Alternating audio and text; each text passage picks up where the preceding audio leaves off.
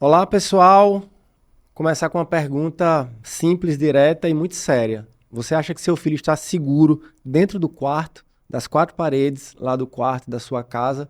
É uma pergunta essencial. Passamos agora pelo Maio Laranja, mês de proteção às crianças e adolescentes. E apesar do podcast estar sendo lançado em junho, mas a perspectiva é que a gente possa discutir o tema ao longo de todo o ano. E para isso, eu trouxe três especialistas, uma educadora parental, Kênia, duas psicólogas, Débora Sampaio e Nai, para podermos pensar essa pauta e discutirmos de forma séria e consistente em nosso município toda a proteção às crianças e adolescentes. Lembrando que esse podcast é o primeiro de uma rotina mensal que nós teremos, abordando vários temas relevantes para a nossa cidade e vai servir de base para um livro que será lançado ainda esse ano, também com cada capítulo focado em um tema específico, com especialistas da cidade e de uma forma a presentear os nossos gestores, os nossos toda a sociedade esclarecida, claro, mas em especial o setor público com relação a pautas como segurança pública, saúde mental, sistema único de saúde de maneira geral, a nível de município, construção civil no nosso município, comércio, e enfim, são temas variados, importantíssimos e que nós estaremos discutindo nos próximos meses e anos. Vou além. E para começar, gostaria que vocês se apresentassem, né? Sou o único homem aqui e eu queria que vocês falassem um pouquinho aí dos cuidados enfim, do currículo de vocês. Começar por Débora. Pode ser, eu sou Débora Sampaio, sou psicóloga. Eu me considero uma ativista pela saúde mental de crianças e adolescentes. E de uns tempos para cá me especializei na questão da dependência tecnológica e venho realmente assim trabalhando nessa conscientização de famílias, de profissionais, formação, para que a gente possa realmente olhar com mais seriedade para essa temática para a proteção de crianças e adolescentes em todas as camadas. Quando a gente pensa, hoje a gente tem uma geração que é uma geração que cresce e se desenvolve no mundo digital. A infância que era do brincar passou a ser a infância do celular. E aí todas essas demandas acabam aparecendo lá dentro, em especial essas questões voltadas para a exploração sexual, né, de crianças, de adolescentes, e é um meio que ainda está muito, é um ambiente que ainda está muito negligenciado, especialmente pelas famílias. Então, hoje eu estou aqui junto com essas duas grandes profissionais que eu admiro muito, né? E para que a gente possa contribuir com esse trabalho, com a nossa cidade, com o nosso estado, o nosso país. Detalhe que a gente também estava esperando uma agenda de Nai, né? Que Isso. estava visitando a terrinha, então a gente teve que deixar para o final do mês justamente por causa disso. Já que eu falei de você, se apresente, por favor, Nai. Eu sou Nay Macedo, sou psicóloga, eu sou natalense, tem muitos anos que eu moro fora daqui, acabei de voltar agora de um ano fora na Europa, né? A gente passou um ano morando na Espanha, e aí eu tive a oportunidade de conhecer um pouquinho da realidade mundial, né? Já sou psicoterapeuta atendendo mulheres e mães, famílias em outras partes do mundo também, né? Com o digital, isso também favoreceu, né? A gente que é psicóloga, psicoterapeuta, educadora parental, a gente conseguiu aumentar o nosso alcance também para atender mais pessoas brasileiras expatriadas pelo mundo, mas eu pude ver também o quanto a realidade que é nossa, que é local aqui, né, que eu acompanho famílias brasileiras também, está no mundo inteiro, né? Então, quando a gente fala do digital, a gente fala de um meme, de uma brincadeira, de uma trend que hoje está aqui e também está no mundo inteiro, né? Então, a gente precisa entender esses fenômenos da globalização, inclusive da violência sexual, do abuso sexual contra crianças e adolescentes, que hoje um predador não está só na rua da nossa casa, não é mais o vizinho, né? Isso. Necessariamente. Ele pode estar em outro continente, completamente distante. Então, a gente precisa também aproximar as famílias, os profissionais, o poder público dessa realidade, para a gente entender que não é tudo uma grande bobagem, que a gente precisa olhar para isso com muita seriedade. Com certeza. E agora minha amiga Kênia. Eu sou Kenia Gralha, sou educadora parental, especialista em inteligência sexual infantil e protetora da infância, assim como Débora também. Sou uma ativista nessa causa, porque, de fato, os abusos, eles não estão distantes, né? As estatísticas mostram que os abusos, eles acontecem dentro de casa, com pessoas da confiança da criança. E a minha especialidade é justamente trazer essa conscientização para a sociedade de uma forma geral, para o pai, para a mãe, né? Para eles ficarem atentos, para eles poderem ter esse olhar diferenciado aos comportamentos da criança, a comportamentos de adultos também próximos. As meninas são especialistas em telas, eu sou mais no presencial mesmo, né? Porque a criança, ela fala que está sendo abusada, mas utiliza a palavra como último recurso. E se a gente não tem esse olhar diferenciado, a gente não consegue proteger crianças. Sou autora do livro Meu Corpo Ninguém Toca, Eu Grito, Eu Corro, Eu Conto, que do livro nasceu uma personagem, que é a tia Kênia, que chega nas crianças fazendo essa contação, ensinando educação em sexualidade e autoproteção para as crianças.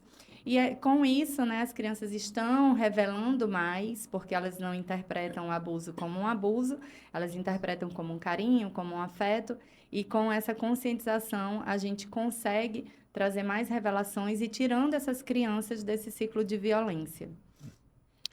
Ontem eu estava no Instagram, né, dando aquela passeada e apareceu um vídeo muito forte que era uma criança dentro da casa filmando, não sei se vocês viram, Eu vi e do o lado de tio fora. abusador, né, querendo entrar e o tio falava, quero só fazer um carinho. É. E aí vem a primeira pergunta, fiquem à vontade, vocês vão dialogando com relação a como se desenvolve o crime. O crime em si, ele pode ser pontual, claro, mas normalmente remete a um processo, né? Processo de conquista de confiança por parte do predador sobre a vítima, a forma como ele começa a ludibriar, principalmente em termos virtuais, né? Como eu já acompanho muito Débora, eu já sei que existe uma dinâmica nesse sentido, muitas vezes se passando por outra pessoa, também por uma criança, também por um adolescente, mas a primeira pergunta é essa: como o processo se desenvolve? Existe um padrão? Como seria esse padrão? Como é que vocês podem explicar para a Eu vou começar pelo população? presencial e vocês vão para as telas, certo, meninas? Perfeito. Então, o abusador, ele não tem cara de abusador. A gente é de uma geração que a gente tinha medo do homem do saco, né? Do bicho-papão. E hoje está mais do que constatado que o abusador é aquela pessoa legal, carinhosa, que está sempre rodeando crianças, que aonde tem crianças tem abusadores. Por isso que a gente precisa ter esse alerta sempre, né? Seja em igreja, seja em escola, seja dentro de casa, seja naquela festa, seja no parquinho, os pais, eles precisam estar atentos. Então, aquela pessoa legal, bacana, que senta no chão, que brinca, ele chega conquistando a confiança da criança. E aí é que mora o perigo. Por quê? Porque ele conquista essa confiança porque existem lacunas dentro dessa família. Ele chega observando esse núcleo familiar. E dentro desse núcleo familiar, se não existe conexão, se não existe um tempo de qualidade com essa criança, se não existe diálogo aberto, essa criança, ela se torna uma presa fácil. Então, a gente precisa ter esse olhar para quê? Para não dar essa brecha perante as crianças. E, além disso, a gente precisa também ensinar educação em sexualidade para as crianças e autoproteção para que elas entendam que aquele carinho não é um carinho e elas não estejam mais vulneráveis a esse tipo de tio, como você mesmo pontuou aqui esse exemplo, né? Porque cada vez mais eles vão ocupando esse espaço que era para ser, né, do pai, da mãe, dali das pessoas realmente que deveriam estar protegendo essas crianças, acabam deixando elas vulneráveis com essas brechas. Kênia, antes de passar uma observação, né? Eu dou aula de jiu-jitsu, para quem não sabe, e eu dei aula há muitos anos para criança.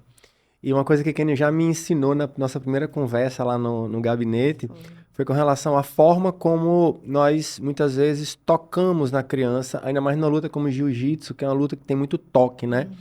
E uma coisa, a demonstração de carinho, muitas vezes, da criança abraçar, beijar, né? E Vim sentar às no vezes colo, no colocar colo, a faixa, amarrar ali a calça. amarrar a calça. Em uma rápida conversa, eu já concordei 100% com você, e daí surgiu a ideia de levarmos isso para profissionais da cidade, né? Em especial, no meu caso, profissionais que trabalham com arte marcial, mas quem sabe a gente estender para outros esportes também. E aí, vamos lá, Débora e Nai. Né?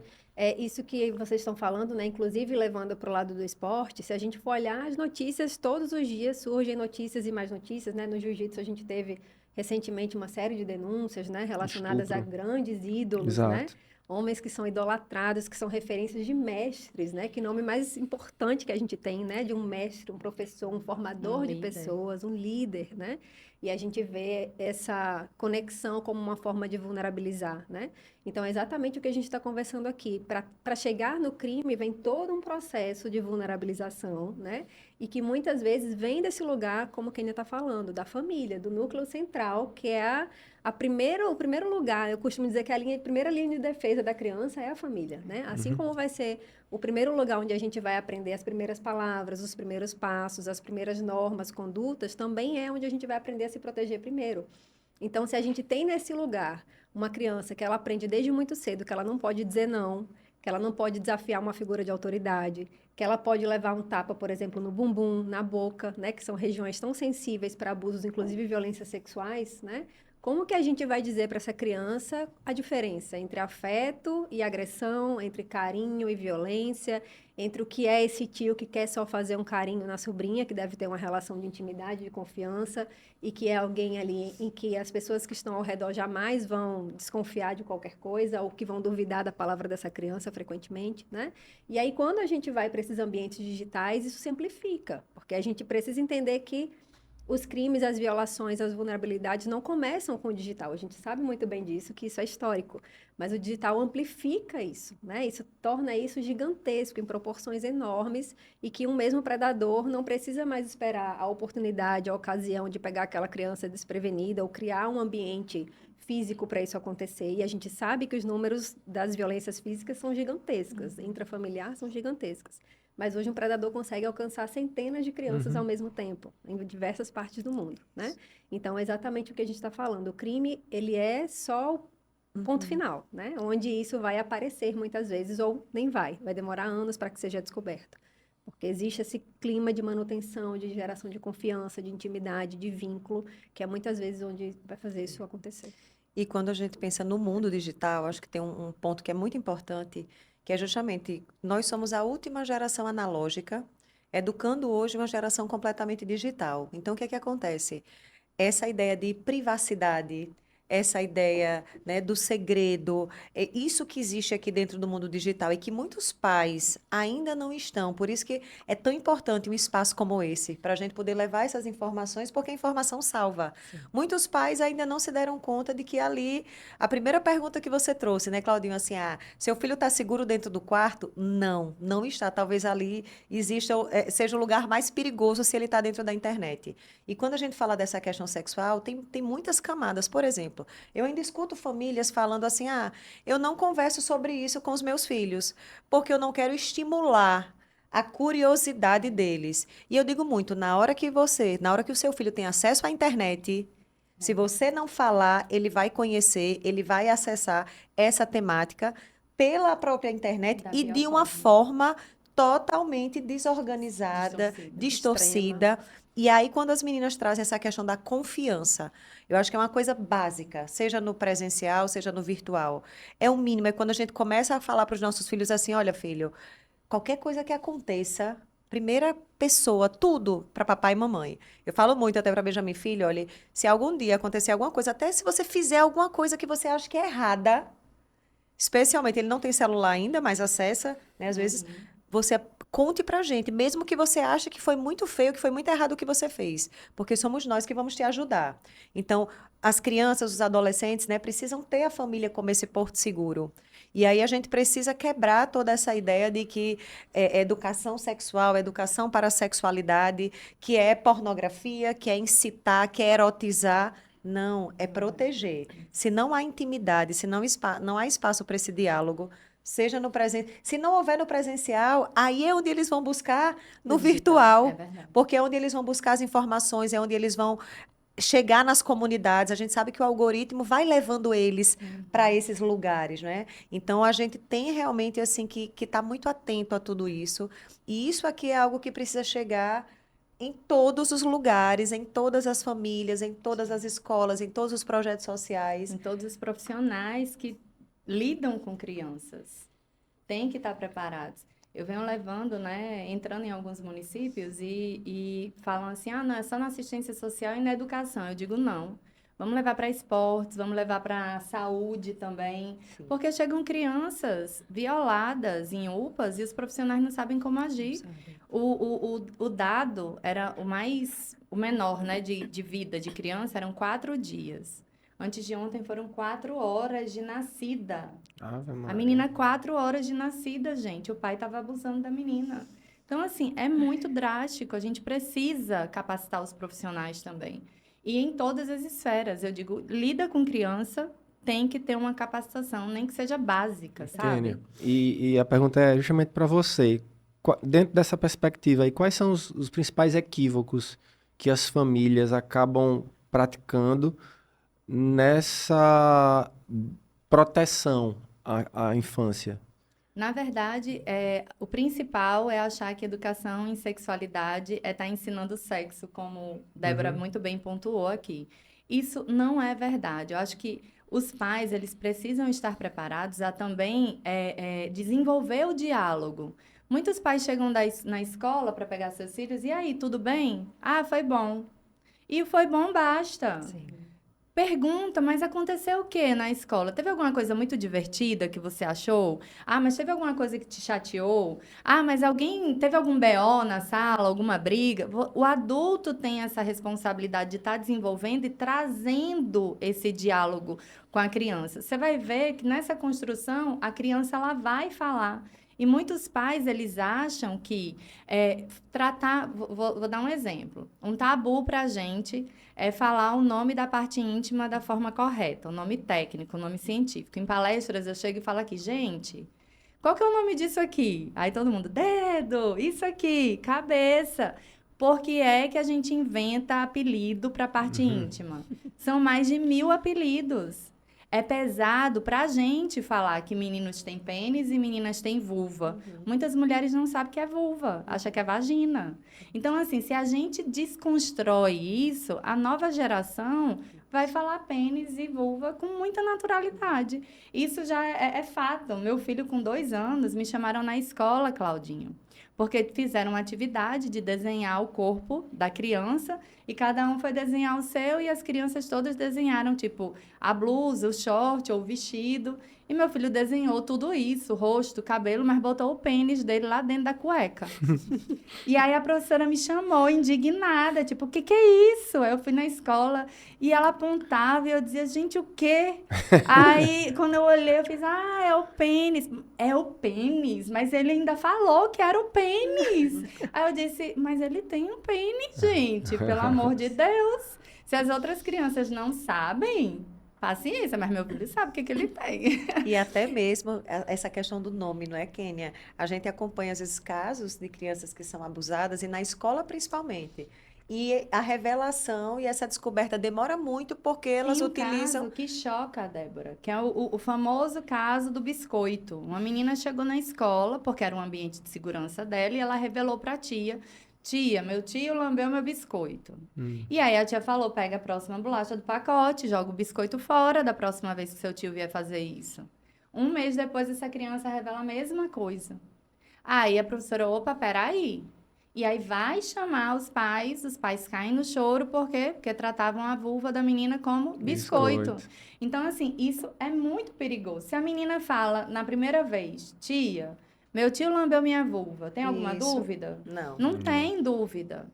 A menina ficou mais 1 mês sendo vítima diante de uma situação que poderia ter parado ali, 1 mês antes. E Débora, na perspectiva da criança, né, como essa vulnerabilidade ela vai se desenvolvendo?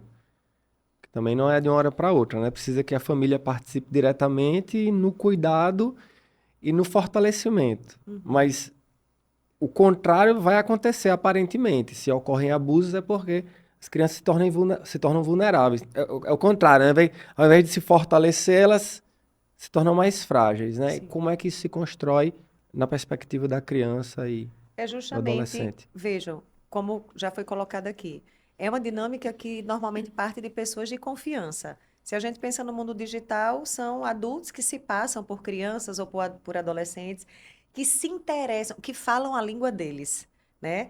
Tanto na internet. Quando a gente vai para o presencial, normalmente a gente tem vizinhos, a gente tem tios, padrastos, né? São pessoas que são ali da convivência da criança e que Tem elas... avós, tem Ah, avô, tem isso, pai, tem mãe, porque a gente isso. também precisa desmistificar aqui que Sim. meninos não são abusados porque são, que mulheres abusam porque abusam. Isso. A gente se preocupa muito com as Babás, meninas, né, Kênia? Eu já peguei babás. casos de meninos abusados por babás.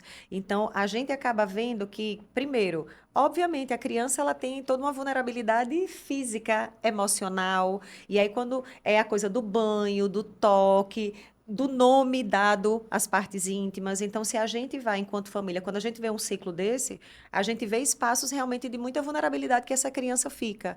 Às vezes, um olhar mais desatento para os cuidadores, para quem é que cuida, quem é que dá o banho, como é que isso é feito, né? E claro, cada família dentro da sua dinâmica. Então aí a gente já começa assim, como o Kênia colocou, o básico é esse diálogo, essa conversa que os pais precisam ter com os filhos. Desde o nome que é dado ao seu corpo, a todas as partes do corpo, de forma natural, naturalizando, como as orientações, que o livro dela traz, inclusive, com muita clareza, de uma forma muito lúdica, né, Nai? Tá Tá aí com aqui, o ó, livro já de ganhei de Kênia. presente o livro da Isso, Quênia. exatamente. E Fala aí, sobre os toques, a diferença dos toques, falar que não é pronto. para ter segredo, porque o segredo ele escancara as portas para o abusador. Então, assim, a gente também vem dessa cultura, né, da vovozinha dar um docinho, olha, é um segredinho só nosso.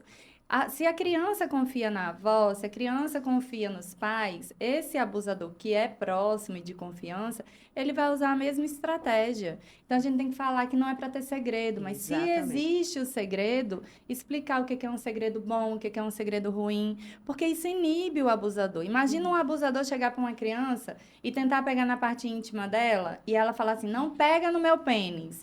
O abusador vai ficar assustado, vai dizer, meu Deus do céu, que criança é essa? Uhum. Entende? Então, assim, ele vai para a presa mais fácil, para mais... não, é um carinhozinho mesmo aqui, né? Isso. Ensinar as regras de proteção. Exatamente. Então, É. aí a gente vai vendo toda essa dinâmica mesmo de diálogo aberto, que precisa, nesses casos não existe, né? De vulnerabilidade nesses espaços de proteção desses cuidadores, quando a gente pensa na criança que é naturalmente vulnerável fisicamente, emocionalmente, que precisa, quanto menor, mais ela precisa de alguém para dar esse suporte. Sim. Então, é algo que a família realmente precisa estar muito atenta. Quando o Kênia traz as escolas são fundamentais, desde os berçários, educação infantil. Esses profissionais aí, eles têm que estar altamente qualificados, porque, vejam, aí já sai da esfera da família e é um profissional que precisa ter muita segurança nessas informações, nesse conhecimento, para poder levantar uma suspeita dessa. Porque Exatamente. é uma acusação muito séria, não é? Exatamente. Mas vejam como uma formação dessa, ela faz toda a diferença. Sim, a gente vê, né, que quando a gente vai para a prática, às vezes os pais ficam confusos, né? Quando a gente fala, tem que conversar, tem que explicar, tem que criar intimidade, parece que é uma coisa muito abstrata, né? Como assim? Como eu começo? Porque aí vem esse medo, né? Será que eu vou falar demais? Será que eu vou falar do jeito errado? Será que eu vou colocar minhoca na cabeça? Vou antecipar assuntos que não são pro momento? Será que eu vou falar de um jeito que meu filho não está preparado? E bem rapidinho, Nai, tem uma coisa, às vezes os pais dizem muito assim, eu só vou tocar no assunto quando Quando me meu perguntar. filho trouxer, quando ele E se perguntar. não perguntar? Eu sempre falo, eu sempre brinco daquela anedota que tem do virgem, né? Que a criança chegou pra mãe e falou, Sim. mamãe, o que é virgem? E a mãe desesperada. Faltou o fôlego, meu Deus do céu, o que que essa criança quer saber? Meu filho, aonde, que é o que a gente diz? Pergunte, né? Não, e o pior é que Devolva. Aonde deu uma você ouviu aula, né? isso? O que Deu uma você aula. quer saber? Aí a mãe já se prepara, né? Vai dar uma palestra agora, eu vou falar sobre educação sexual. Aí a criança, não, eu vi na garrafa do azeite. Eu só queria saber o que era azeite extra virgem, porque eu nunca tinha ouvido falar, né? Conhecia Então, não. tanto tem essa coisa da gente ficar muito angustiado para saber que conversa é essa, e aí tem alguns educadores que digam, você precisa trocar uma conversa de 100 minutos por 100 conversas de 1 minuto. Sim. É como a Kênia falou, você está indo para o caminho da escola, você começa a perguntar para a criança, naturalmente, às vezes até ajuda um pouco nesse medo que a gente tem de sentar e olhar no olho. Você está ali no carro, a criança está aqui atrás, né? Você tira essa coisa do confronto, do contato, e aí você vai perguntando o que aconteceu, como é que foi hoje, o que você viu de bom, o que você viu de ruim, o que te incomodou. Porque às vezes é difícil para a criança colocar em linguagem, se é muito difícil para a gente. E aí, quando vocês falam dos profissionais, a gente que trabalha com prática, a gente vê isso o tempo inteiro. É a professora que não vai saber receber essa né, essa denúncia, esse relato, é a mãe e o pai que não vai saber como reagir. E aí você leva para a escola, para a diretoria, todo mundo fica angustiado, corre para lá, corre para cá, às vezes bota essa criança para falar 50 vezes, contar a mesma história, que a gente já sabe que isso não é uma Que prática não pode, adequada, porque né? revitimiza a criança. Exatamente. Aí, às vezes, vai levar para o conselho tutelar, vai levar no fórum, e aí fica todo mundo perdido também, sem saber o que fazer. Vai levar no hospital, chega no pronto atendimento. Às vezes, a enfermeira não vai saber como agir, porque se angustia. Eu ligo para a polícia, eu ligo para onde? Com quem que eu falo, né? Então, os municípios precisam ter todo esse estabelecimento do que é uma rede de proteção, quais são os canais de denúncia, como que a gente estabelece o passo a passo? A escola precisa ter protocolos desenvolvidos, né? Então, esse trabalho que os nossos políticos fazem é fundamental, porque ajudam a dar para a população ferramenta, né? Eu deixo estabelecido no meu município como é que todo mundo vai falar igual, né? Teve recentemente, essa semana mesmo, o caso de mais uma agressão dentro de uma escola, né? Que o rapaz era uma escola infanto-juvenil e também, à noite, faz um trabalho com os adultos, né?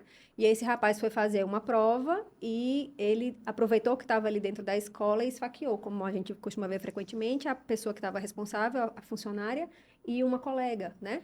E aí, nesse caso, a guarda municipal tinha monitoramento frequente, 24 horas, e foi a guarda que percebeu que estava acontecendo uma correria ali dentro da escola e agiu imediatamente, né? Então, a gente coloca a função do Estado de proteger essa população. A gente não espera que a criança aprenda qual é o protocolo de segurança, como ela tem que se defender, aonde ela tem que se esconder, aonde a professora, embaixo de que móvel a professora põe os alunos, a porta que tem que fechar, para quem tem que ligar, se a criança leva celular para a escola, se não leva, porque em caso de emergência a criança precisa ligar. Então, a gente tira das pessoas mais vulneráveis essa necessidade de ter que se proteger o tempo inteiro. Então, a gente fala de autoproteção, que é fundamental, a gente fala de prevenção, mas a gente precisa ter política pública, instituição, Estado, autoridades profissionais que vão saber receber protocolos. Mas deixa eu emendar, já que você está falando, no mundo digital, como é que a família fragiliza as condições, né, para o seu filho, filha, e como é que essas vulnerabilidades se desenvolvem no dia a dia ali do mundo virtual? Fala um pouquinho disso aí. A gente percebe, né, como Kênia e Débora já estavam falando, que é muito frequente a gente observar que já existe uma brecha ali, já existe uma sensibilidade, uma dessensibilização na esfera da família, né? Então, frequentemente a gente costuma ver que a família que não tem um vínculo forte, aí quando às vezes a gente fala vínculo forte, as famílias que escutam vão pensar que, nossa, é porque eu preciso passar 4 horas com meu filho todos os dias, é porque eu preciso ter conversas profundas com ele todos os dias. Não, às vezes vai ser nessa coisa pequenininha mesmo, de dizer, meu filho, você pode contar tudo para mim. Aí na primeira coisa que o filho conta é uma bobagem. Sei lá, peguei o lápis do meu colega na escola. Meu Deus do céu, você não podia ter feito isso. E aí pune, aí põe de castigo, ou algo que acontece no digital, né? Eu mexi no celular do papai e eu vi uma figurinha que o papai usa, que é uma figurinha pornográfica, né? Que muitas vezes a gente sabe que as estatísticas vão dizer que o primeiro contato da criança com o conteúdo pornográfico violento não é intencional. Ele está ali rolando a tela e isso vai acontecer por desde os 9 anos de idade aos 12, isso vai acontecer com muita frequência. A criança vai fazer uma busca no Google e aí ele digita uma coisa que vai aparecer um conteúdo sugerido. No Spotify, eu falo muito para as famílias, né? O caso do Spotify, a criança vai digitar uma música que tenha sexta-feira. Quando ela digita sex, já aparece um conteúdo de podcast, audiolivro, músicas, né, pesadas, conteúdo pornográfico para a criança e ela vai acessando aquilo ali, né? Eu tenho casos de crianças que foram procurar aquele conteúdo ASMR, né? Que é aqueles ruídos, aqueles sonzinhos que eles gostam de escutar. E aí tinha um monte de conteúdo perigosíssimo ali dentro, né? Então, às vezes, a família vai achar que é uma coisa muito complexa que ela tem que fazer, que é um roteiro muito profundo. E, às vezes, não. É isso, né? A relação de confiança e de intimidade vai se sustentar assim. Na primeira conversa, na criança saber que ela pode errar, que ela pode falhar, que mesmo que ela estiver muito encrencada, ela não precisa ter medo. E aí, o que vai ser encrenca para essa criança é diferente do que vai ser para a gente, né? Às vezes, acontece uma bobagem que ela acha que é uma coisa muito ruim, e aí, se eu falar para minha mãe e para o meu pai, eu vou ficar sem celular. Então, eu não vou falar. Né? Eu vou ser castigada, eu vou tomar uma surra. Então, a criança vai sentindo muito medo. Então, é na prática cotidiana que a gente precisa construir essa relação de intimidade e confiança. E a gente precisa entender que o que as meninas estavam falando sobre privacidade é um conceito que tem sido muito distorcido, né? Se a criança tem acesso a dispositivo eletrônico, ela já não tem privacidade. Se a criança tem acesso a dispositivo eletrônico, não tem conteúdo que não é para a idade dela, porque a internet vai mostrar. Né? Então, a doutora Gayle Dines, que é uma grande especialista na prevenção de violências contra crianças e adolescentes, e o universo da pornografia, da mídia hipersexualizada, ela diz isso, né? Que a educação sexual, de fato, da criança e adolescente é a pornografia, não é a que a gente oferece. Porque eles vão ter contato primeiro com esse conteúdo perigoso, que vem muito do digital e da internet, né? Então, se tem acesso a um dispositivo eletrônico, não tem conversa proibida e não tem privacidade. Tem um que ponto ter controle parental. tem um ponto que você trouxe aí, Naya, por exemplo, música, né? A gente às vezes fala, mas na época da gente não tinha aquelas músicas, aquelas danças, mas a gente vê que era uma coisa subliminar, com metáforas. Hoje, e eu estou lembrando de uma situação, inclusive, eu vou muito nessa coisa com meu filho, né? Nosso filho, né, na verdade, ouvindo música, eu falo muito para ele, filho, olha, hoje em dia tem muita música com palavrão, com coisa pesada, tal, porque às vezes a gente protege em casa, como eu disse, ele não tem ainda o celular, mas na escola vários coleguinhas já têm. E ele vai escutar na escola, ou um amiguinho vai mostrar para ele uma determinada música. E aí ele faz assim, mamãe, olha essa música aqui, que fulaninho botou, que eu escutei na escola. Olhe como tem palavrão.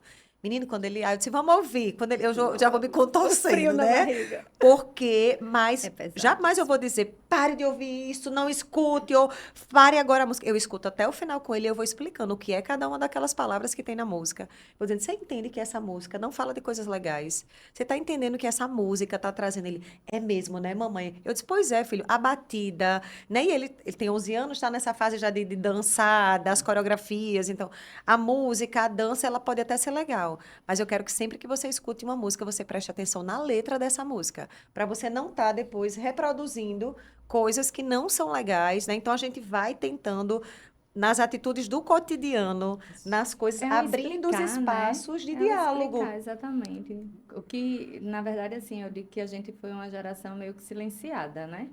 O pessoal não tinha filtro com a gente escutava de tudo. E quando a gente ia perguntar, já vinham não é conversa brigando, de criança, né? Não é conversa de criança.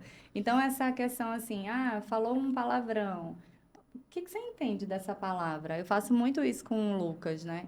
E aí ele, mãe, eu não sei. Eu fiz, então vamos aqui entender o que é. Uhum. E aí você acha legal a gente estar falando dessa palavra? Você vê seu pai falando? Você vê a mamãe falando? Então se espelha no que realmente é correto. E aí a gente vai dando esse direcionamento. É melhor do que já chegar punindo, já chegar fazendo um escarcéu, né? Ou não falar, ou encerrar o assunto e dizer, não vamos falar sobre isso, encerrou o assunto aqui. Porque aí a gente fecha a porta. É como Nai trouxe, a gente fecha a porta para que quando algo realmente aconteça e ele sabe que aquilo não é legal, ele não vai trazer para a gente. Eu sempre dou uma orientação para os pais quando eles vêm perguntar, né? Mas meu filho me perguntou isso, o que você falou? Não, eu fiquei desesperada. Eu fiz, não, então você vai fazer o seguinte, a próxima vez que isso acontecer, você vai valorizar o que seu filho está te perguntando. Que bacana você ter vindo me perguntar isso. Mas olha só, eu não sei te responder agora. E tá tudo bem. Papai ou mamãe vai estudar aqui, mas amanhã, tal hora, a gente vai sentar e vai conversar sobre isso. E aí, meu amigo, você dá um jeito de estudar, entendeu? De ir atrás de orientação. E tal hora você esteja lá para cumprir o que você falou. Porque se você não estiver, vai deixar passar e o seu filho vai procurar na internet. Exatamente. E aí já era. Eu dou a mesma orientação. Eu sempre digo, você não precisa ter roteiro pronto para tudo. Nem nós que estudamos Nem isso nós. justamente a gente tem, né? É. Então, às vezes, até o papel do afeto, do emocional, vai pegar a gente e vai dar um branco. E a gente não vai saber responder. Então, eu sempre digo isso também. É como se você pusesse a mãozinha assim na mão da criança e dissesse, eu me importo com o que você está me perguntando. A gente vai voltar aqui, né? Então, você disse para a criança que a sua pergunta é muito importante. Tem uma frase que eu digo que depois que eu usei, que eu tenho 2 filhas também pequenas, que depois que eu comecei a usar com elas, mudou completamente a forma como elas se relacionam comigo. Qualquer coisa que elas vêm me contar, a primeira coisa que eu digo é, filha, obrigada por ter me dito. Brigaram, discutiram, escondeu uma coisa, quebrou uma coisa, e aí fica aquele medo, mente, né? Porque todo mundo mente, adulto tem isso. Criança não pode mentir, mentir é feio. Todo mundo mente. A gente precisa explicar para a criança o que é a mentira, por que a gente mente, por que a gente não pode mentir, por que é errado, né? Então, em vez de dizer que coisa feia, você mentiu pra mim, a nossa confiança vai ficar quebrada, acabou. A criança não vai te contar nunca mais, porque ela já viu que é um terreno perigoso, Ou né? fugir do assunto. É muito comum também, às vezes, fingir que não ouviu, ou depois a gente conversa sobre isso. E passa. Não, mudar, não, né? Muda o foco. E não, é justamente isso. A gente precisa valorizar cada espaço, cada abertura dessa que os nossos filhos nos dão. Principalmente na infância, porque chegou na adolescência. Se essa base de diálogo, de confiança, de intimidade, eu digo muito, recebo muitas famílias que não existe intimidade. Exato. Que aí na adolescência eu vou me recolher, eu vou ali me voltar para os meus pares, vou me afastar, às vezes gradualmente, dos meus pais. E se essa intimidade não foi construída, acabou.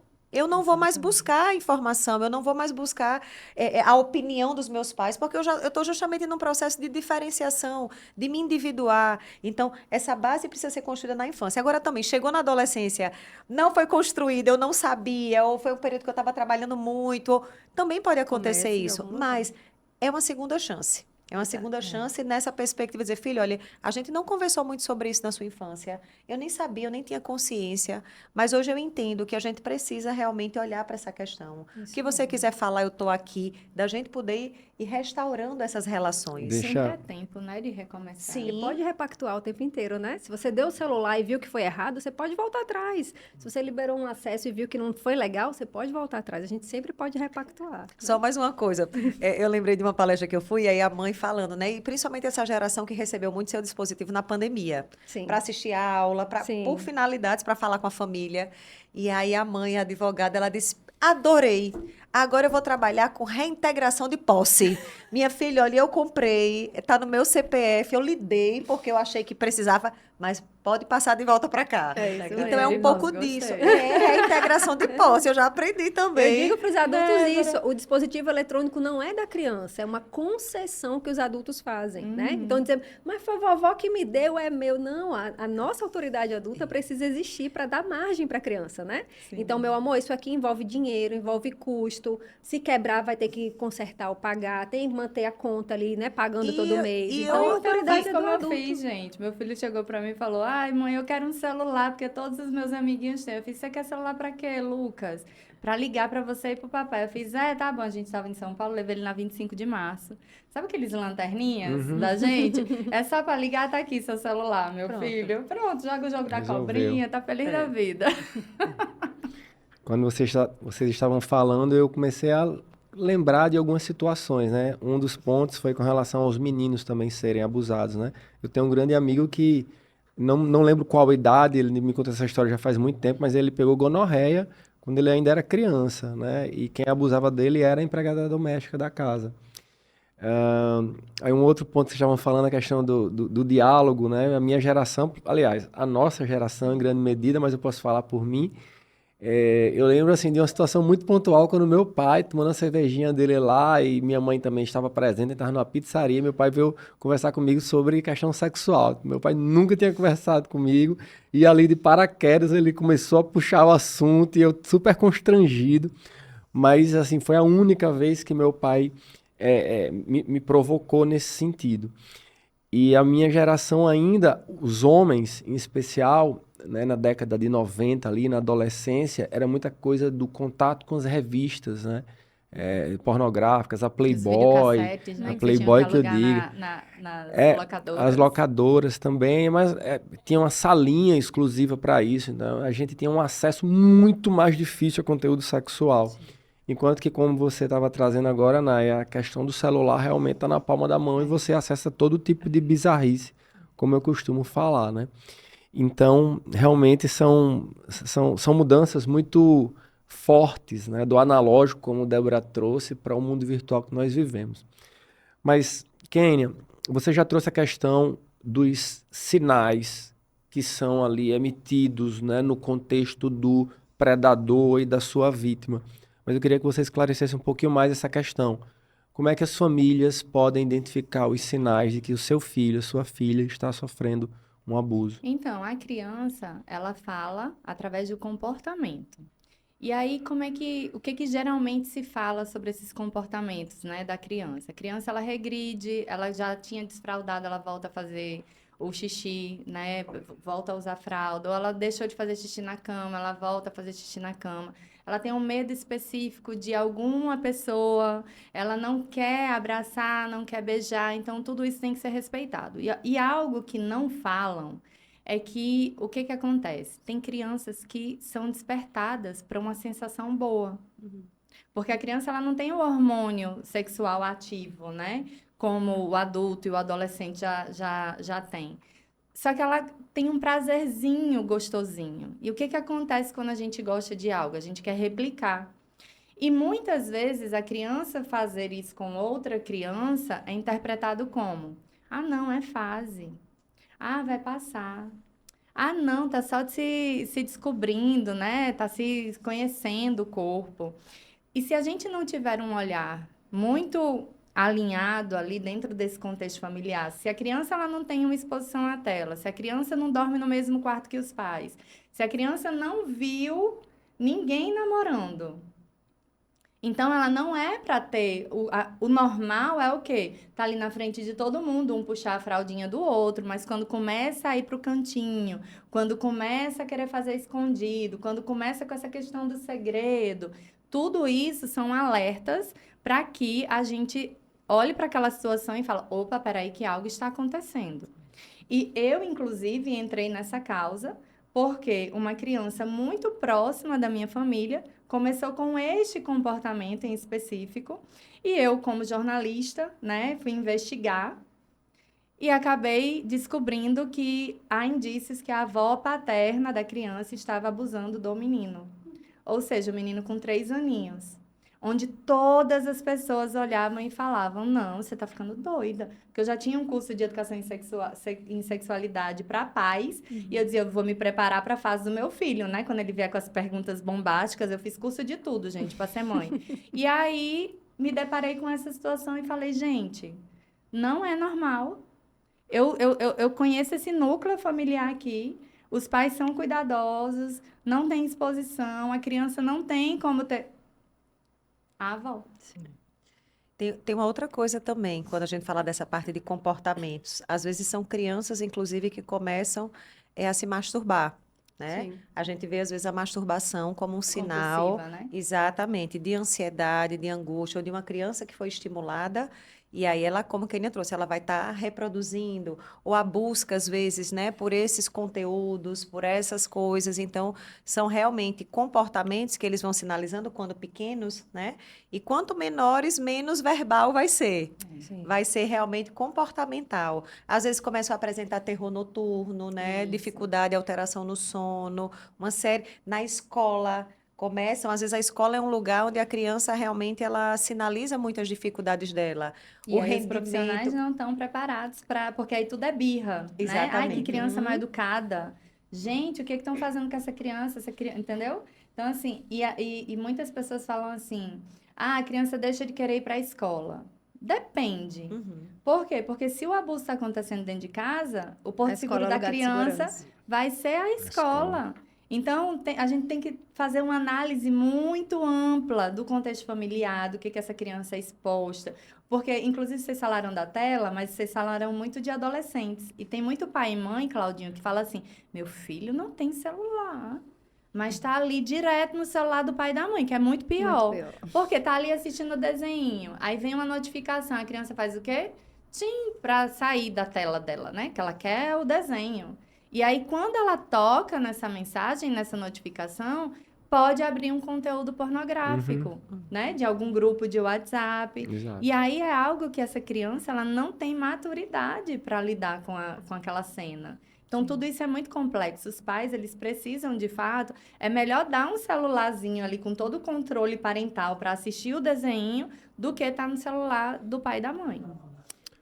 É isso que o Cláudio estava falando, né? Eu, anteriormente, sobre a coisa da revista Playboy, né? E hoje, a doutora Guilherme, novamente citando os trabalhos dela, ela fala muito isso, né? A gente saiu de uma cultura da imagem printada, né? Escrita, da palavra escrita, e a gente foi para uma cultura de imagem, né?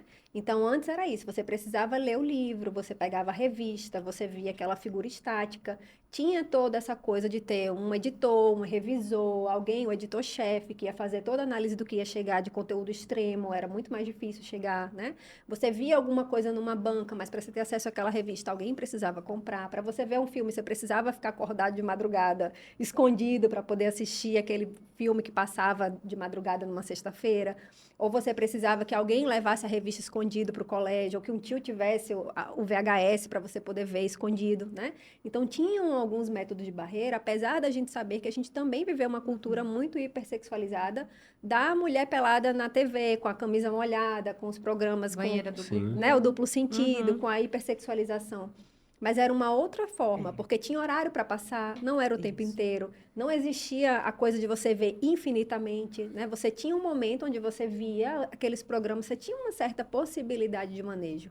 E hoje, com a cultura da imagem, a imagem, primeiro, que ela atravessa o nosso córtex pré-frontal e invade as nossas funções executivas. A gente não tem tempo de ficar imaginando quando você lê um livro, Processando. uma cena num livro, e você tem que fazer todo um trabalho de decodificação, tentar imaginar aquela cena, se você não teve contato com aquilo, né? Como vocês estavam falando.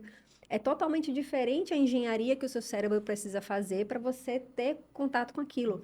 Hoje não, hoje se você abre um celular, em questão de segundos, você acha, você vai, a doutora Guedes fala isso, você vai procurar, a criança vai procurar o que são, quero ver seios, né? Um par de seios. Ela vai receber uma enxurrada de conteúdo extremo, absurdo, de páginas de conteúdo pornográfico, que só precisa marcar uma caixinha lá se você tem mais de 18 anos ou não para assistir, né?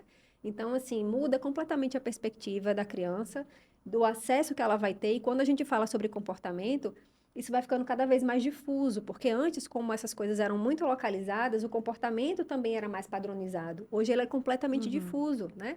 Então, eu digo, por exemplo, para as crianças que vão se tornar agressoras, ou os adolescentes, às vezes as famílias vão procurar o comportamento reprimido. E às vezes o que a criança ou adolescente vai expressar é o contrário. É um comportamento de poder, de ser o líder da turma. Era uma criança que era reclusa, de repente ele se tornou o bam.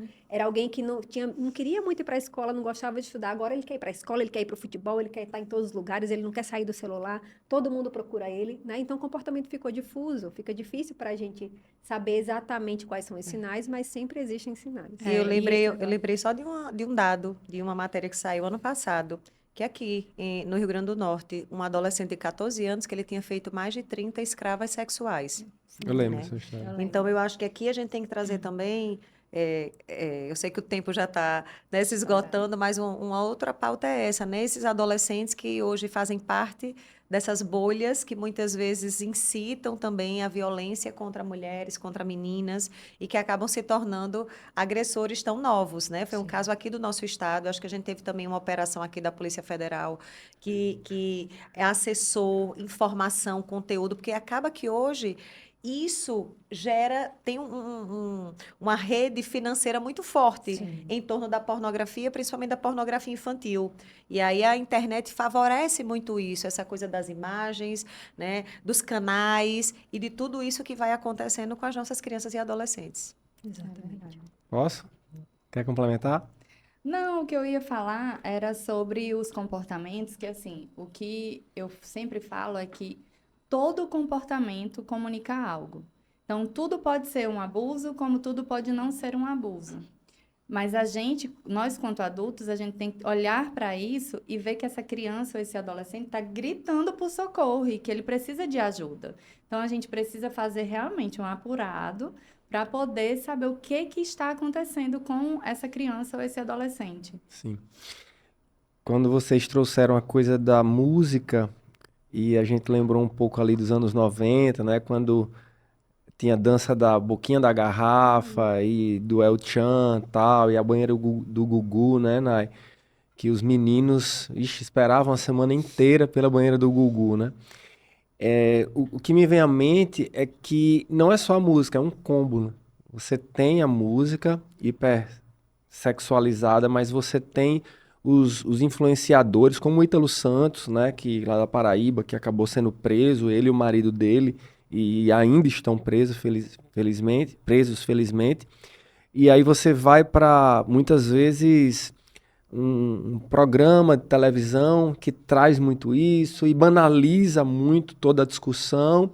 e a gente fica, a gente que eu falo, né, a população mais vulnerável, os jovens, adolescentes e crianças, eles ficam muito suscetíveis à forma como pessoas ignorantes e que ganham dinheiro com a sexualização na internet, por exemplo, agem, né? Então, a vulnerabilidade é total e movida muitas vezes por intuito da grana. Um detalhe importante é o ECA digital, o novo ECA, que traz justamente a perspectiva de controle de acesso a esses canais, né? Por exemplo, por IA, para reconhecimento facial, enfim, as ferramentas, eu imagino que estejam sendo desenvolvidas agora para tentar coibir mais isso. Aí, Débora, eu vou fazer a pergunta e você qualquer coisa já complementa. Mas eu queria saber como é que esses jovens vulneráveis, diante muitas vezes da omissão da família, como é que, por que eles buscam esses conteúdos, né? Existe alguma análise que vocês podem fazer no sentido de que jovens mais vulneráveis, eles tendem a buscar esse tipo de conteúdo? Por que isso acontece? Como a gente pode prevenir? E, enfim, como sociedade, pais, mães, como nós podemos trabalhar isso? Isso pode Mas acontecer. pode retomar a Tá. outra. Isso pode acontecer. Depois eu quero só retomar a questão até da nossa cidade, né, do nosso estado, em relação a essa questão do abuso, da prostituição infantil, do turismo, né, de algumas coisas que acabam permeando também isso e até do projeto de lei que você desenvolveu para a gente poder discutir melhor essa coisa da legislação também, né? Mas voltando para essa questão da internet, às vezes, por curiosidade, um adolescente desse vai pesquisar um tema e uma palavrinha específica já direciona ele para uma comunidade que o algoritmo depois já começa a entregar esse conteúdo constantemente para ele. Então, quando a gente fala da bolha de eco, do algoritmo como isso que vai entregando, às vezes, uma pesquisa que não tem essa intencionalidade até de uma criança. Sim. Por isso as camadas de proteção são tão importantes. E às vezes elas têm uma intencionalidade, sim. É aquele adolescente que está curioso e que quer saber mais informações e de um link que se abre para outro, que se abre para outro, e daqui a pouco ele já está acessando esse conteúdo, inclusive de uma forma, como o Nai trouxe, a dessensibilizá-lo, né, nessa perspectiva até da violência sexual, de conteúdos que vão... O cérebro mesmo vai se reestruturando nessa perspectiva, achar que aquilo é natural. Meninos que às vezes vão iniciar, estão começando a ter curiosidade, vão ter as primeiras experiências, e aí vão buscar ali, mas acessam algo que é totalmente performático, e aí isso acaba trazendo outras consequências, trazendo insegurança nessas primeiras relações. Do corpo, né? Também. Exatamente. A gente vai vendo, a nossa geração, as gerações anteriores, também tinha muito a coisa dos meninos iniciarem a vida sexual, às vezes pagando, às vezes os pais levavam para determinados ambientes, para os prostíbulos. Hoje isso praticamente não acontece mais. Porque, primeiro, que as relações sexuais iniciam muito cedo com os próprios pares e porque a internet está trazendo isso. Eu fiquei sabendo, Débora, lá em São Paulo, que uma menina de uma família muito tradicional, ela, na laje lá da escola, né? Enfim, lá em cima na escola, foi e transou com um adolescente, um colega, em troca de um McDonald's. Sim. Tipo, gente, que mundo é esse? E se a gente vai para o digital, isso acaba sendo muito maior, Ampliando. né? Essa coisa até da venda. Esses dias eu estava com o pessoal do PET, que trabalha com a erradicação do trabalho infantil, e eu fui justamente para falar sobre essa questão no digital, né? A venda de imagens íntimas, Sim.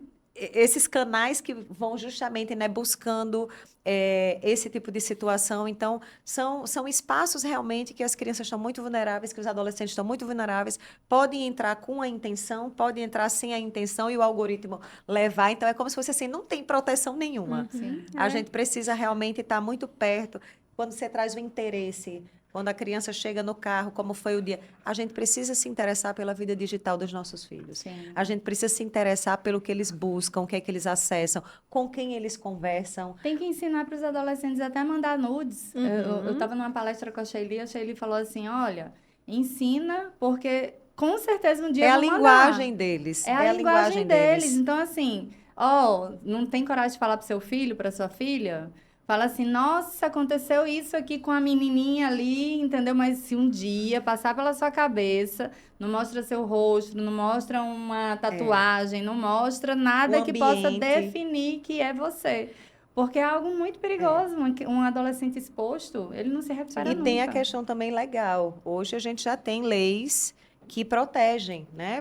O compartilhamento de imagens, a criação de figurinhas, imagens íntimas. Já tivemos vários casos até em escolas de um colega que tirou a foto da menina e parecia uma parte íntima, compartilhou, foi para um grupo, os pais foram, processaram. Então, hoje a gente já tem também uma legislação que atua nesse sentido, mas é uma atuação depois que aconteceu. Sim. E aí o dano, principalmente emocional, ele é irreparável. A gente pode até ter um benefício, vamos dizer, nessa perspectiva, vai pagar uma multa, mas já aconteceu. É por isso que a gente precisa atuar tanto em nível de ferramenta, né? De dispositivo, de política Prevenção. pública, como o Cláudio estava falando do ECA Digital. O ECA Digital faz isso, né? Ele não vai colocar toda a responsabilidade na família. Ele vai entender que a família também é uma parcela vulnerável, apesar da gente ser muito importante.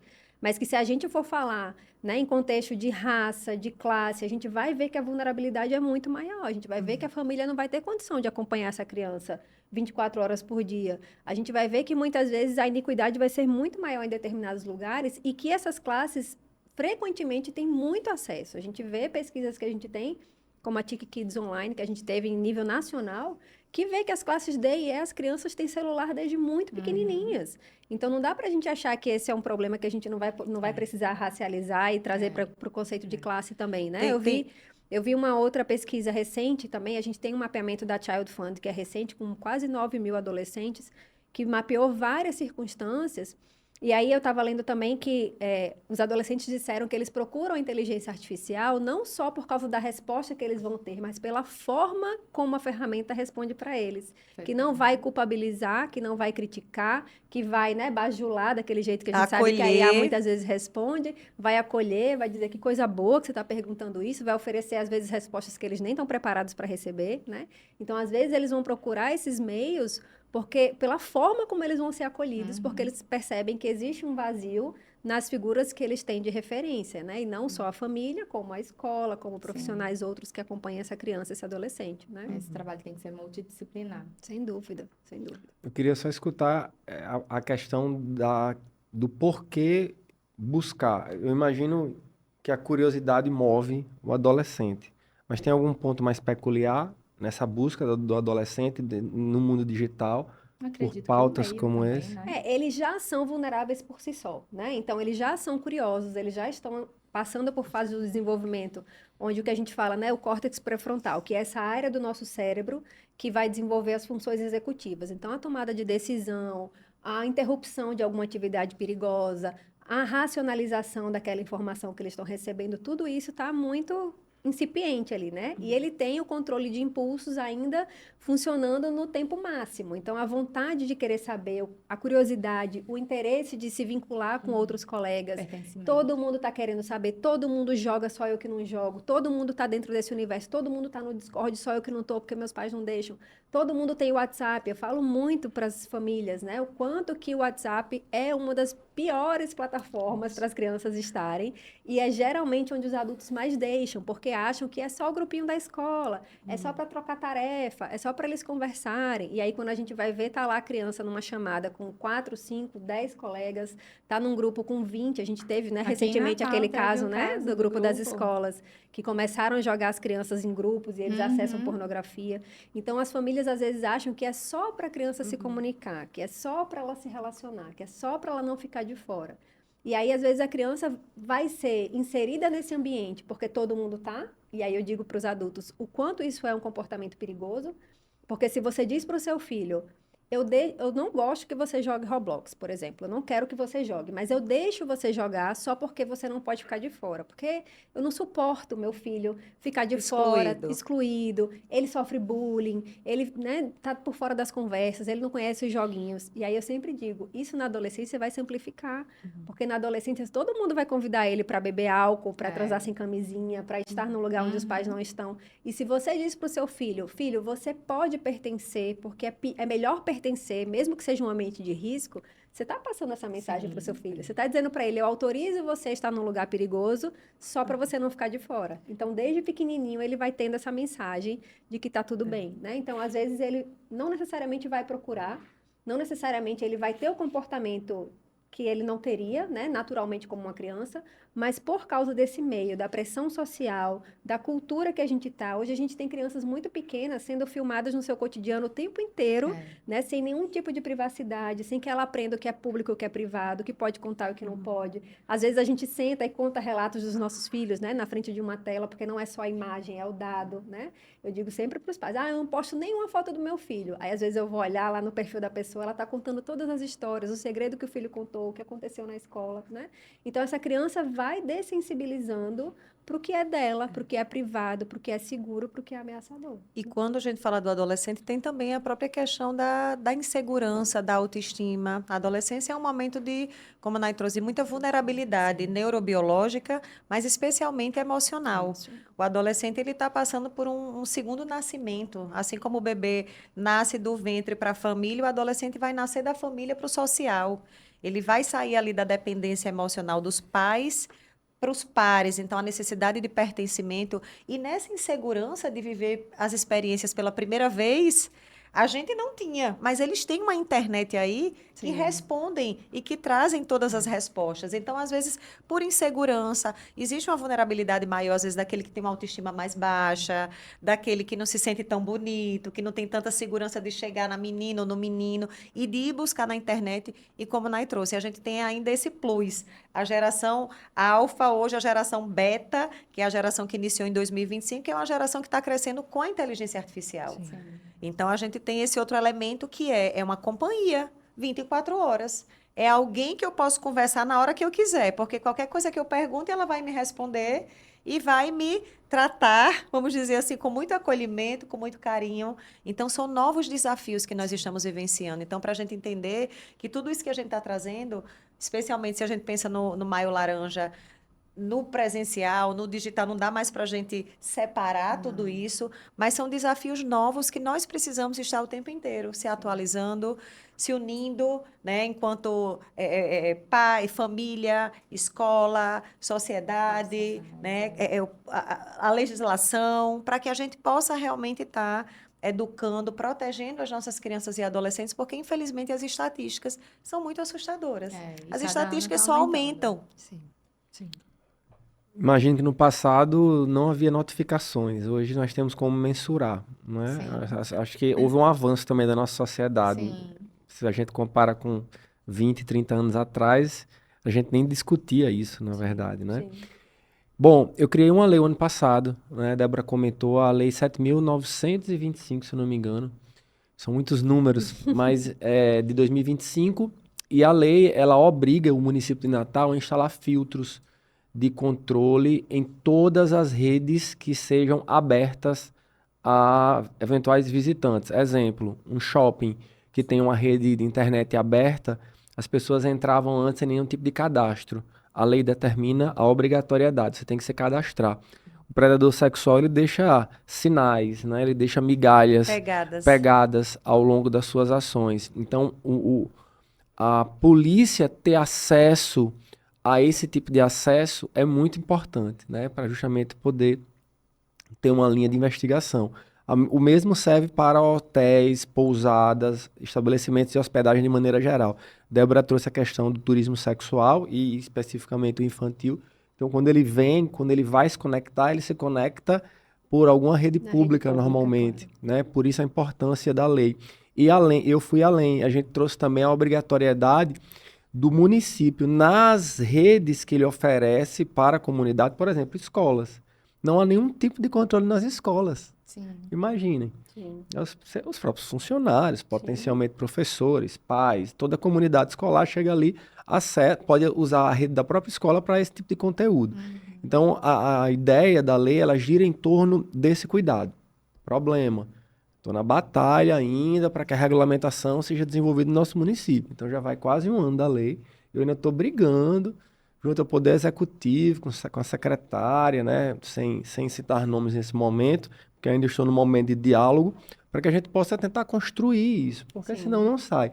É muito frustrante, né? Extremamente frustrante como os processos burocráticos são lentos, como muitas vezes a má vontade, por mais que seja dentro de uma pauta tão nobre e necessária. Sim, a gente viu que o ECA Digital enfrentou isso, né, muito fortemente. As pessoas confundem proteção com censura, né? Uhum. Então as pessoas acham que qualquer mecanismo que é de inteligência, a gente sabe o quanto isso é fundamental, né? É preciso ter inteligência para que a gente consiga fazer toda essa avaliação ampla, para que a gente tenha monitoramento, acompanhamento, né? Então o próprio ECA Digital enfrentou essas dificuldades porque as pessoas acreditavam que seriam censuradas das suas vontades, dos seus desejos de se expressar na internet, do que elas iriam falar, quando o ECA Digital vem exatamente em nível de plataforma, para que as plataformas desenvolvam mecanismos de segurança, né? Então, não é para vulnerabilizar o usuário, muito pelo contrário, é para fortalecer e exatamente dar segurança para as pessoas, especialmente as mais vulneráveis, como crianças e adolescentes, né? Então, imagino que aqui, em nível local, vocês também vão enfrentar muita dessa resistência por causa do desconhecimento, né? Da ignorância das pessoas, de não saber para que essas ferramentas funcionam, como elas funcionam, que elas não vão dificultar a vida da população. E eu sempre costumo dizer, né? Se a gente pega vídeos antigos, eu tenho algumas das minhas páginas no Instagram, né? @naimacedo, que eu digo isso, né? A gente viu isso na indústria do tabaco, né? As pessoas ficavam revoltadíssimas porque teriam que deixar de fumar, por exemplo, em ambientes fechados, né? A gente via as reportagens na época. O cinto de segurança enfrentou essa resistência. A gente tem programas, né, onde as pessoas ficam nervosas. A cadeirinha, a gente viu isso acontecer. A publicidade e propaganda, que a gente via mulheres sendo, né, exibidas ali com garrafas de cerveja e pôsteres e a vulnerabilização. Então, a própria classificação indicativa que a gente tem dos filmes e séries e que agora a gente está tendo também nas plataformas digitais, nas redes, né? Claro que vai enfrentar uma resistência inicial, mas as pessoas precisam entender que isso é fundamental para proteger, né? Que se a gente não olhar para isso como uma medida de inteligência, se a gente não olhar para os países que já adotaram e as estatísticas que vêm em relação a isso, né? A gente teve agora, acho que uma semana atrás, a divulgação do Disque 100, né? Foram 32 mil violações sexuais contra crianças e adolescentes em 2026, né? E então, eles dizem que, inclusive, uma das coisas que fomentou esse aumento de denúncia foi, inclusive, o debate que a gente teve sobre a adultização e a prisão, né, desses influenciadores. Então, assim, se a gente não falar disso abertamente, se não botar a conversa na mesa, e se a gente não tiver essas autoridades que estejam profundamente engajadas, porque a gente sabe que isso muitas vezes incomoda as pessoas, né, Cláudia? Eu imagino que quando você chega com esse assunto, as pessoas já olham e lá vem, assunto brabo. Não, eu prefiro falar de uma pracinha que a gente vai inaugurar do que falar desse tema. Eu né? posso dar um exemplo, inclusive, né? Eu tentei desenvolver a regulamentação da lei por uma secretaria, mas a secretaria, o secretário basicamente não se abriu, inclusive por achar que isso poderia de alguma forma, e aí é a minha interpretação, de alguma forma atingir até o turismo e assustar, por exemplo, a rede hoteleira, porque na lei a gente cria um selo para os hotéis colocarem lá logo na entrada, olha, o meu hotel, ele não aceita tal conteúdo, tal acesso, tem filtro, porque isso já desestimula o predador a vir para nossa cidade, né, a acessar aquele hotel. Mas, poxa, eu tive que ir por outra secretaria e ainda assim a coisa não está andando. Mas é por aí mesmo. Identifiquei muito a sua fala. A gente sabe, né, que o lucro vai ser a grande porta que vai barrar grande parte da proteção que a gente vai ter em relação a qualquer grupo vulnerável, né? Quando afeta a lucratividade, não, peraí, vamos ver, né? Então, a gente sabe que essa é uma pauta difícil, porque a proteção esbarra diretamente na lucratividade de muita gente interessada. As escolas particulares têm muito disso também. Não querem falar sobre esse assunto, por quê? Porque casos vão ser revelados. Sim. Aconteceu isso num município no Rio de Janeiro, no interior, um colega que é especialista em crimes cibernéticos, você conheceu. E aí ele foi falar numa escola, nessa escola, depois da fala dele, tiveram 87 relatos. O diretor colocou a mão na cabeça e falou assim, para que eu trouxe você aqui?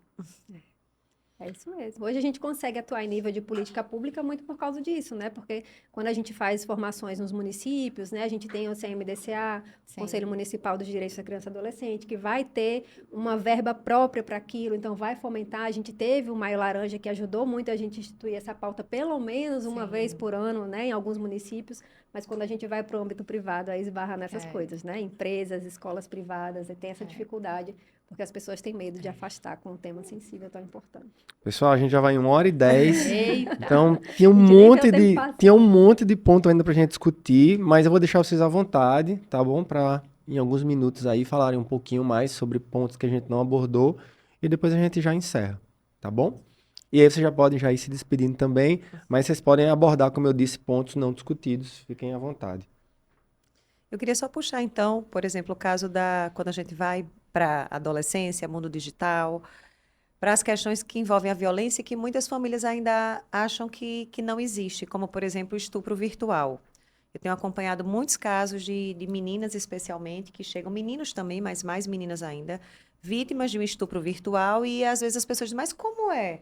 Como é que pode existir um estupro virtual se ainda se acha que o estupro é aquela coisa que tem que ter só a pegada física? Uhum. E aí hoje a gente tem situações de meninas que são chantageadas, que nessa dinâmica com os predadores criou a relação de confiança, de intimidade, compartilhou informações, conteúdos, imagens, e aí dali esses predadores eles não têm pressa. Exatamente. Depois de um tempo, começa a chantagem, começa a ameaça. E aí, imagina, para uma adolescente especialmente, ter tudo isso compartilhado, se há o medo da família de pedir ajuda. E aí elas se envolvem nessa cadeia, onde elas se tornam vítimas constantes, porque esses predadores, Fica no ciclo, você tem né? que, eu quero lhe encontrar toda segunda, quarta e sexta, de 10h30 da noite, e ali diante da tela, eles solicitam que elas façam inúmeras coisas. Desde se despir, a introduzir objetos em partes íntimas, né, a filmar, a compartilhar. Então, o que eu quero deixar aqui como mensagem final é que não é terrorismo que a gente está trazendo aqui, mas a gente precisa sim falar disso, falar, falar e falar. Essa é uma geração que está crescendo, sim, se desenvolvendo em meio a esses dispositivos, a essas redes. E a gente fala muito, não é quem vai ser vítima, muitas vezes é quando. Porque todos eles estão susceptíveis, todos eles estão vulneráveis. E se a gente puder falar abertamente, quanto mais cedo, melhor, em todos os espaços que a gente puder, nas escolas, nos grupos de pais, na Câmara Municipal, onde a gente puder trazer essa temática, ela é extremamente necessária e relevante, porque, como eu coloquei, as estatísticas são muito assustadoras, os casos são cada vez piores, mais violentos, e que bom que a gente tem espaços como esse para poder estar debatendo. Eu deixo aqui a minha rede social, o @ Débora Sampaio Psi. Eu tento sempre estar trazendo, né, informações, temas, para ir plantando a sementinha, né, que a gente vai poder usar a rede social de uma forma propositiva, de uma forma intencional, que possa ajudar as pessoas. Perfeitamente, né? Eu costumo dizer que a gente foi enganado com esse nome rede social, né? Eu falo que os gigantes do Vale do Silício milimetricamente pensaram, porque quando a gente pensa rede social, o que que a gente pensa, né? Esse lugar de socializar, de fazer amigos, de aprender, de receber informação. A gente está junto aqui hoje muito por causa disso, né? As conexões muitas vezes começam e são muito potentes e trazem muitos benefícios também. Porque se eles tivessem dito que eles estavam criando plataformas com algoritmos especializados na captura e na retenção, com design predatório, vicioso, ninguém estava lá, né? Então, não tem o nome que existe, que é mesmo. Tem um documentário na Netflix que se chama O Dilema das Redes, que vários deles estão lá, né, fazendo meio um meia-culpa, assim, dizendo, a gente não sabia que ia ser desse jeito, a gente não tinha noção, ou outros dizendo, não, a gente sabia que era assim mesmo, foi desenhado e projetado para isso. No finalzinho, alguns deles, né, tem executivo do Facebook, do Pinterest, da Google, dizendo lá no final, a gente não deixa os nossos filhos acessarem porque a gente sabe o que a gente criou, né? Então, é muito forte como que a gente tem acesso a isso. E a gente ainda está nesse ciclo de negação tão forte que as famílias, todos nós temos em alguma medida, né? Mesmo a gente que tem muito acesso, a gente vez ou outra ainda diz, não, só dessa vez, não só isso aqui, não só porque todo mundo está fazendo, eu não quero criar, né, uma animosidade aqui, a família inteira está ali, eu não vou deixar meu filho.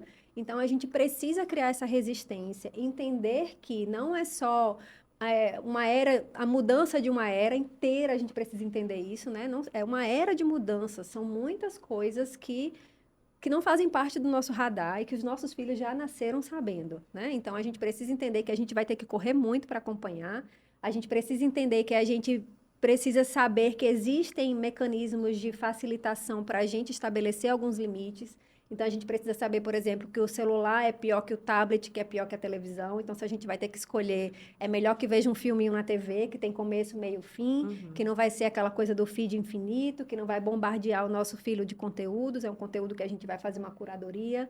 A gente precisa saber que com fone é muito pior do que sem fone. A gente precisa saber que se o adolescente ou a criança acessar o dispositivo no quarto, no banheiro, vai ser muito pior do que na sala de casa, que todo mundo está vendo. A gente precisa saber que se tem controle de tempo, não é só o tempo, né? Que pode ser que a criança fique só 20 minutinhos e ela veja algo muito mais perigoso do que uma criança que fica 1 hora vendo um documentário sobre a natureza, por exemplo, né? A gente precisa saber que o controle parental é fundamental. Nós somos a referência, a autoridade, a liderança, o lugar seguro dos nossos filhos, crianças, adolescentes, professores, educadores. Alguma criança que esteja perto de você, você é o adulto de referência.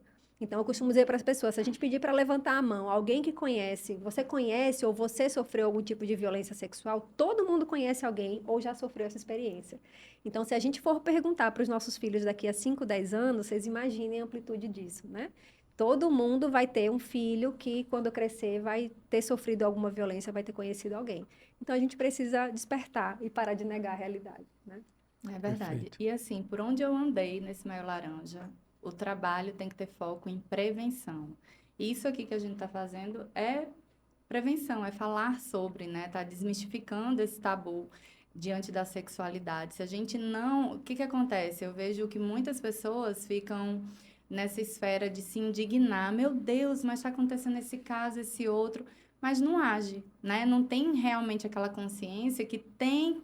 O adulto, ele tem o dever legal e o dever moral de proteger crianças. Então, se a gente tem essa consciência, independente de ser educador, de estar num cargo político, de ser psicólogo, de atuar com crianças, você, como adulto, existe uma lei que nós temos responsabilidade com essas crianças. Então, não adianta, né, a gente estar se indignando e não agir, porque indignação sem ação não salva nenhuma criança. Então, é justamente isso, sabe? Assim, a gente não falamos aqui sobre se a gente desconfia. Se a gente desconfiar de que uma criança esteja passando por uma situação de vulnerabilidade, a gente não precisa ter prova. A gente não precisa ter um vídeo, a gente não precisa ter uma gravação, a gente não precisa ter fotos. Nós precisamos notificar a violência. Como, Kênia? Ligando 100, você pode fazer uma denúncia anônima, indo no conselho tutelar, falando também numa delegacia especializada, né, de proteção à infância e juventude, indo no Ministério Público, conversando com algum profissional que atue na causa. A gente está aqui para ajudar também nessa condução desse fluxo. E é isso, assim, agradecer, Cláudio, pela oportunidade da gente estar aqui falando sobre essa vulnerabilidade, né? Ela falou sobre... a gente conhece, ninguém quer falar sobre esse assunto. Ninguém quer falar sobre Tem o esse muro assunto. do silêncio. Eu lembro que quando eu comecei a falar sobre isso, pessoas me ligavam para dizer, pelo amor de Deus, para de falar que é pai, que é mãe, que é avô, que é avó. Gente, mas o silêncio só beneficia uma pessoa, o abusador. E se a gente não tem essa consciência, a gente não consegue combater isso. Porque as estatísticas estão aumentando. Sim. É bíblico, gente. Não quero nem trazer para a religião aqui, mas os abusos tem na Bíblia. A história de Tamar. Para você ter noção, ela foi uma menina silenciada naquela época. Só que quanto mais a gente vem trazendo à tona, mais relatos vão aparecer, e a diferença é que essas crianças e esses adolescentes, eles vão conseguir sair desse ciclo de violência. Entende? Por isso que eu acredito que os relatos, as estatísticas estão aumentando, porque mais pessoas estão falando, eles estão tendo essa consciência de que, nossa, o adolescente, ele não relata, ele não faz revelação espontânea que ele está sendo abusado. Por quê? Diferente da criança, porque a criança, quando ela entende que aquilo ali é um abuso, ela fala, nossa, mas então isso aqui que está acontecendo comigo... Não é um carinho, o adolescente ele já tem consciência de que aquilo é um abuso e ele não quer confusão com a família, ele não quer se expor, ele tem medo do que possa acontecer. Então, quanto mais a gente traz essa pauta, a gente levanta essa bandeira, mais prevenção a gente está trazendo para dentro de casa. A gente E é muito precisa importante. fortalecer o Disque 100, né? É uma ferramenta fantástica que a gente Valiosa. tem e que funciona inclusive no WhatsApp, porque eu sei, né, as pessoas Sim. falam, eu tenho vergonha, como que eu vou ligar? Eu vou dizer, eu nem ligo, eu nem uso o telefone para ligar. Existe o WhatsApp do Disque 100, funciona 24 horas por dia, o atendimento não é robotizado, é humano, alguém vai atender você. Você não precisa ter certeza, como a Kênia falou. Então, eu ouço muitas pessoas falando, é porque na minha rua tem uma pessoa. Você já notificou alguém? Não, eu tenho medo, tenho vergonha, não dá em nada. A gente não pode mais não pode usar isso generalizar. como justificativa, né? A gente Inclusive, precisa notificar. Eu participei de um podcast com a Associação Médica aqui do Estado e foi muito interessante porque eu fiquei sabendo de um trabalho de uma ONG, que chama, se eu não me engano, é Abraçar. Se você não quer se expor, você vai nessa ONG, relata e eles chamam Eles a fazem Polícia Civil para poder fazer esse acompanhamento. Eu achei muito interessante esse trabalho. Porque muitas pessoas, às vezes, não querem ir diretamente na polícia, né? Sim. E outra coisa também importante, que eu dei uma estudada essa semana nisso, foi sobre a lei Joana Maranhão, que temos aqui, né? E essa lei, ela acoberta, né? Tipo, a vítima... Por exemplo, Eukênia, se bem que Eukênia eu acho que não dá mais tempo, mas vamos supor que você tenha 38 anos. E aí você lembrou que sofreu uma violência. Aí a lei, ela te garante dos 18 com 20 anos pra frente, que dá 38, né? Sim. Pronto, até 38 anos você ainda pode notificar a violência. Olha que fantástico. É. Então, assim, não é que, não, já faz tempo, deixa o assunto pra lá. Não, existe uma lei que te acoberta. E às vezes você só tem consciência Sim. com a maturidade. Sim. Um outro ponto, o ECA Digital trouxe dentro dessa dinâmica, principalmente ligada a abuso, exploração sexual, a Polícia Federal vai ter um canal específico para essas denúncias. Então, hoje também a própria polícia está desenvolvendo estratégias para poder acolher essas demandas, para poder Salas de lidar escuta especializada com essas destinadas situações. para Exatamente. crianças e Então, que adolescentes. bom que a gente está podendo ver avanços, mas são espaços como esse que são fundamentais para a gente poder estar levando essas informações para todos os lugares do mundo, né? E obrigada, viu, por dar voz a essa temática. Muito importante, né? A gente ter autoridades que, de fato, se preocupem com isso, se interessem, dediquem tempo, recurso, que vão atrás, bater num monte de porta que com certeza fecham para vocês, porque senão a gente não consegue. O trabalho solitário, ele é muito incipiente, então a gente precisa disso, de E eu vou trabalhar reforçar juntos. uma coisa aqui. Essa pauta, gente, ela não tem partido político. Todos deveriam estar suprapartidária, abraçando sem essa dúvida. causa. Porque é partidário, não tem isso. Não, porque é de A ou de B. Não é, gente, é de todo mundo. Todo mundo tem que ter essa consciência. Verdade. Bom, agradeço demais. Estouramos bem o tempo, mas a conversa foi ótima. Eu acho que quem assistir vai comentar aí, aprovar. É o primeiro podcast de outros que virão, com outros temas, outras pautas. E que o Maio Laranja não remeta só ao mês de maio, que seja uma discussão realmente que seja ao longo de todo o ano. Né? É um compromisso que eu assumo com vocês três, a gente dá continuidade. Pedi já a minha equipe para fazer um encartezinho para a gente divulgar o Disque 100. Eu acho importante todo mês, quinzenalmente, semanalmente, enfim, a gente poder estar divulgando o Disque 100. E mais uma vez, obrigado, pessoal. Depois a gente faz outro já, quando você vier de novo, viu, Nai? Obrigada, A gente já faz. honra, Toda né? vez que você vier, a gente vai fazer Que um honra poder podcast. ser esperada, aguardada para poder estar aqui com vocês. Então, contem sempre comigo. Meu povo natalense, vocês sabem que eu amo vocês. Estou sempre aqui, minha família está toda aqui. Então, contem comigo. Muito obrigada, Cláudio. Meninas, pelo convite. É uma honra estar com vocês. Então, tchau, pessoal. Até a próxima. Então, curta, compartilhe com os amigos. É muito importante. A gente está começando o canal e é importante que a gente possa divulgar. E uma conversa como essa, eu diria que muito provavelmente vai ser a mais importante de todas, dentro de uma perspectiva de cuidado com as nossas crianças, com os nossos adolescentes. Então, valeu, pessoal. Até a próxima.